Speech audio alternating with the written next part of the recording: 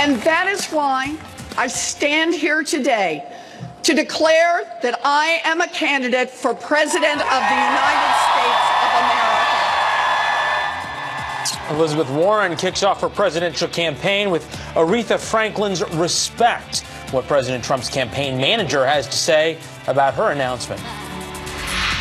Plus, Congresswoman Ilhan Omar of Minnesota facing major pushback today. She tweeted out a call to defund the Department of Homeland Security just an hour after demanding that TSA agents get back pay for the government shutdown, perhaps not realizing the TSA is part of Homeland Security. And just 6 days till another possible government shutdown. Is there a deal to get President Trump money for his wall?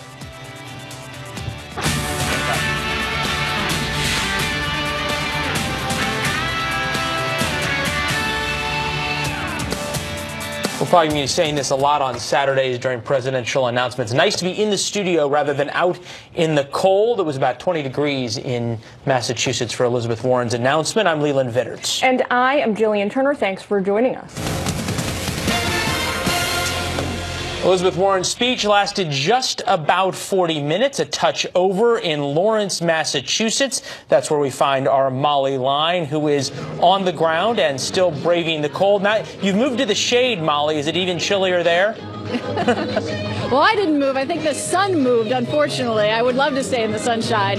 But Elizabeth Warren did step onto that stage and thank everyone for coming out on a cold and blustery day here in New England to hear her big announcement. She did, of course, announce that she was running for the presidency of the United States, and she did it here in Lawrence. This is a historic mill town. It's seen much better days. It was the height of the textile era about a century ago, but is now one of the poorest communities in Massachusetts.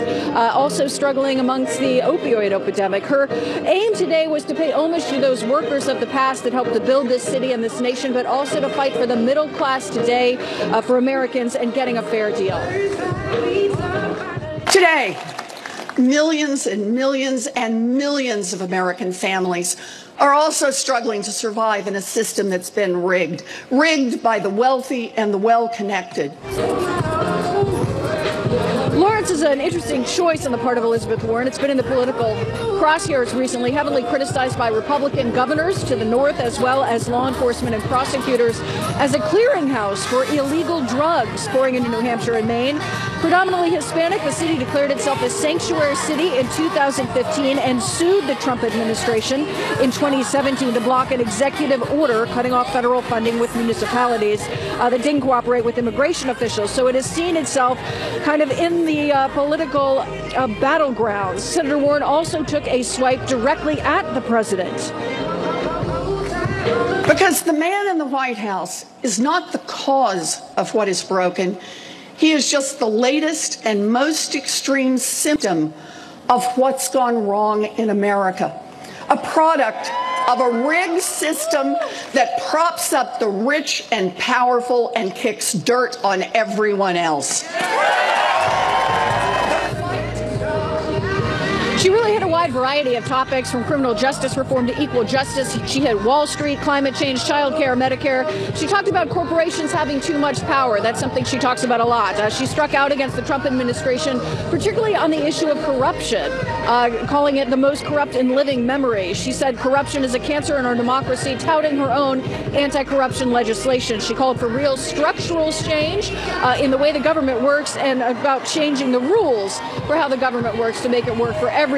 From here, she goes on to New Hampshire and then Iowa. This is a 7-state organizing tour, so this kicks it off. She's officially out there on the campaign trail among those 2020 competitors fighting for the White House. Leland? Now that list continues to grow. Molly Line, who will be spending a lot of time in Massachusetts and even more in New Hampshire in the coming weeks and months. Molly, thanks. As Molly noted, Elizabeth Warren isn't the only 2020 hopeful making moves this weekend. Ohio Senator Sherrod Brown making 2 stops in New Hampshire today, holding roundtables in Berlin and Laconia. Brown said he hasn't made a decision about 2020 just yet, but that decision could come in March. Noteworthy he's spending time in New Hampshire in the middle of the winter. Meanwhile, Pete Buttigieg is in Iowa today, holding a house party in Johnson this morning. South Bend mayor announced his exploratory presidential committee in January. New Jersey Senator Cory Booker in the early caucus state this afternoon. He's going to be speaking at the Rising Leadership Forum in Des Moines. Amy Klobuchar will be making a, quote, major announcement in Minneapolis on Sunday, with many expecting the Minnesota senator to announce her entry into the 2020 presidential race. Start there with Klobuchar, who's gotten a lot of sort of serious flack over the past couple of days for how she has treated some of her staff when she was the senator. And then Cory Booker had that moment yesterday where he compared the fight against climate change to the fight against Nazism and other more significant events in American history, and he's had a lot of issues with that as well. That's a good point, because 2 years ago, right, Elizabeth Warren was like the far left standout in her party, but now she's entering this field today. It's littered with candidates that are younger, they're more progressive, they're more racially and ethnically diverse than she is, they're more savvy on social media, as you pointed out to me earlier this morning. So how is her team adjusting to this new field? For more insight, let's bring in Boston Globe reporter James Pindell. James, what do you make of the speech? Do you think she hit the right notes? Do you think she struck the right tone? Tell us. Well, look, she clearly is arguing in this speech that she's the one coming up from the bootstraps. She's got a good biography. Clearly, some of her biography has been questioned in this last week, if not the last couple of years, with the whole Native American controversy. But she's arguing that she has been consistently a progressive and caring about these issues, and she works hard. The one thing that really was omitted from this speech is the one thing that Democrats consistently are looking for in this large field, as you mentioned, electability. Democrats really care more than who's the most progressive or the generational changes.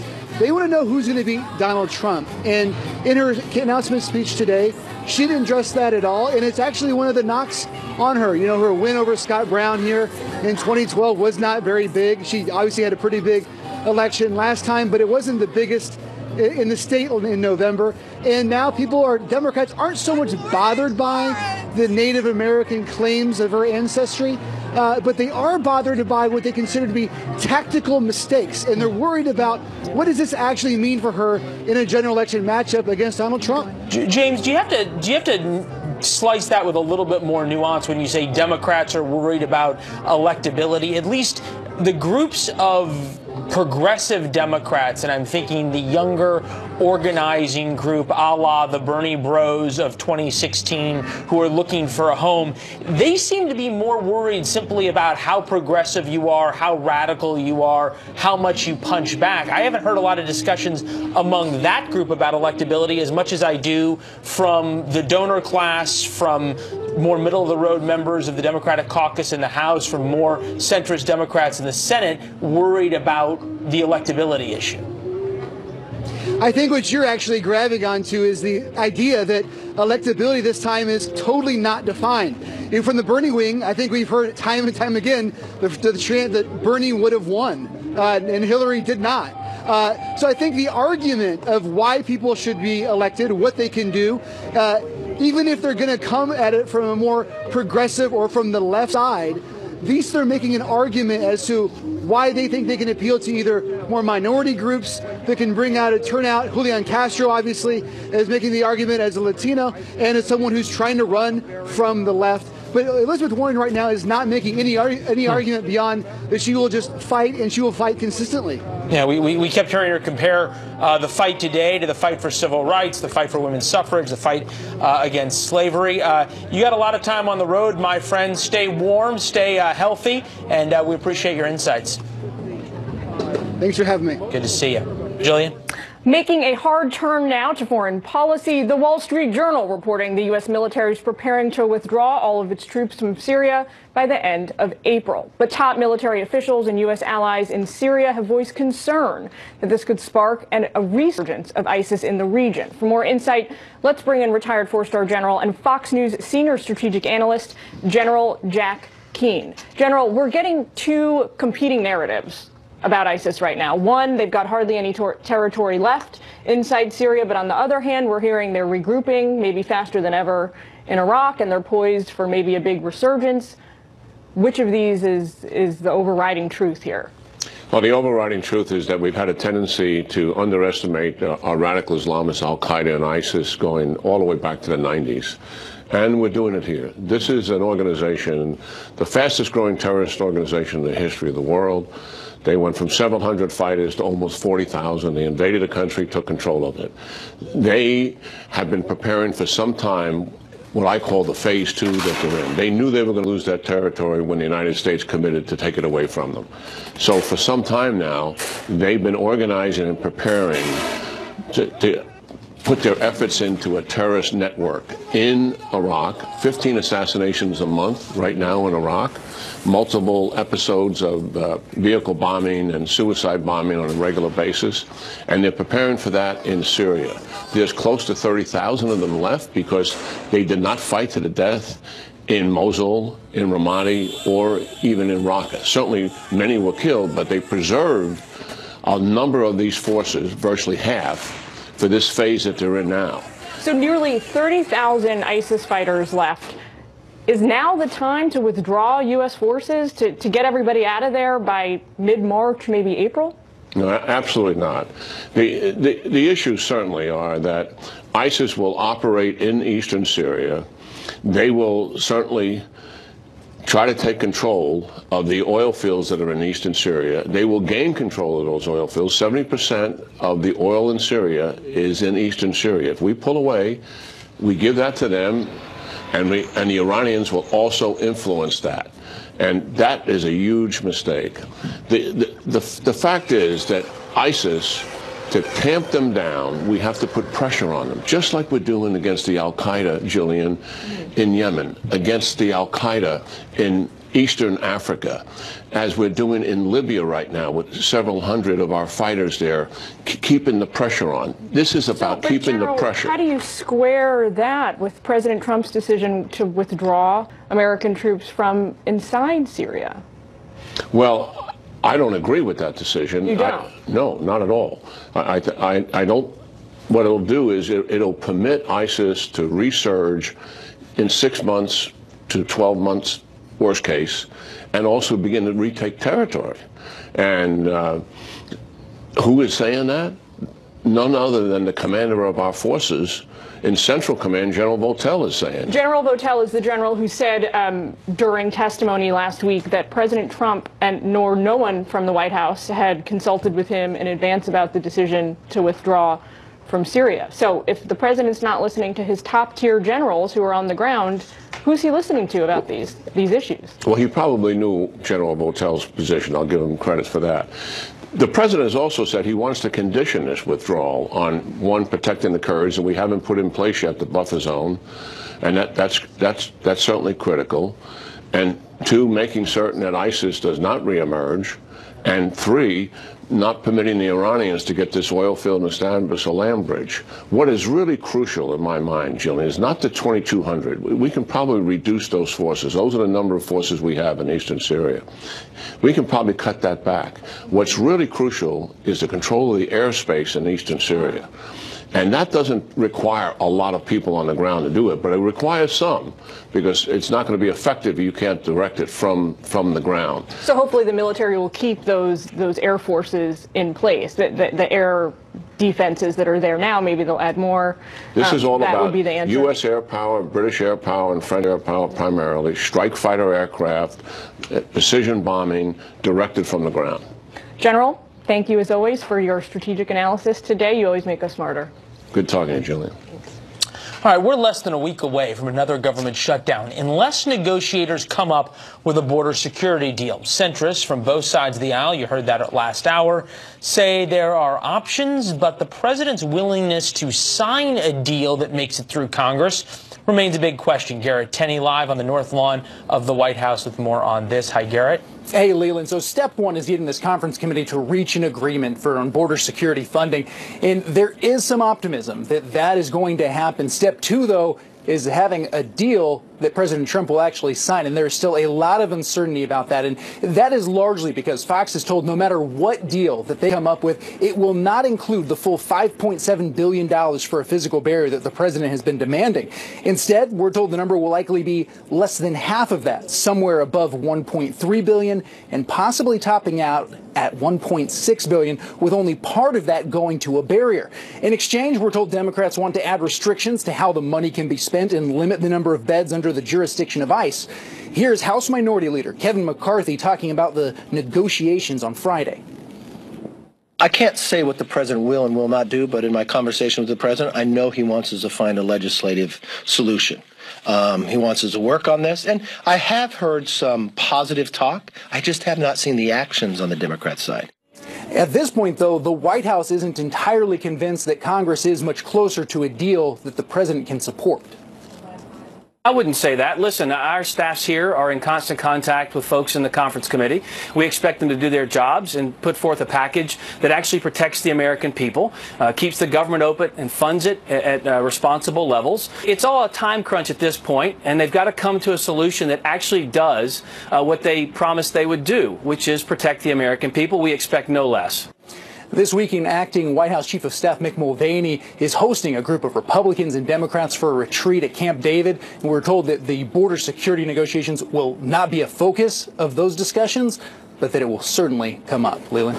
Mick Mulvaney on Fox News Sunday. Chris Wallace will certainly ask him about that tomorrow. Garrett Tenney at the White House. Garrett, thank you. With that, we bring in Trump 2020 Advisory Board member, former Press Secretary to Vice President Pence, Mark Lauder. Mark, good to see you.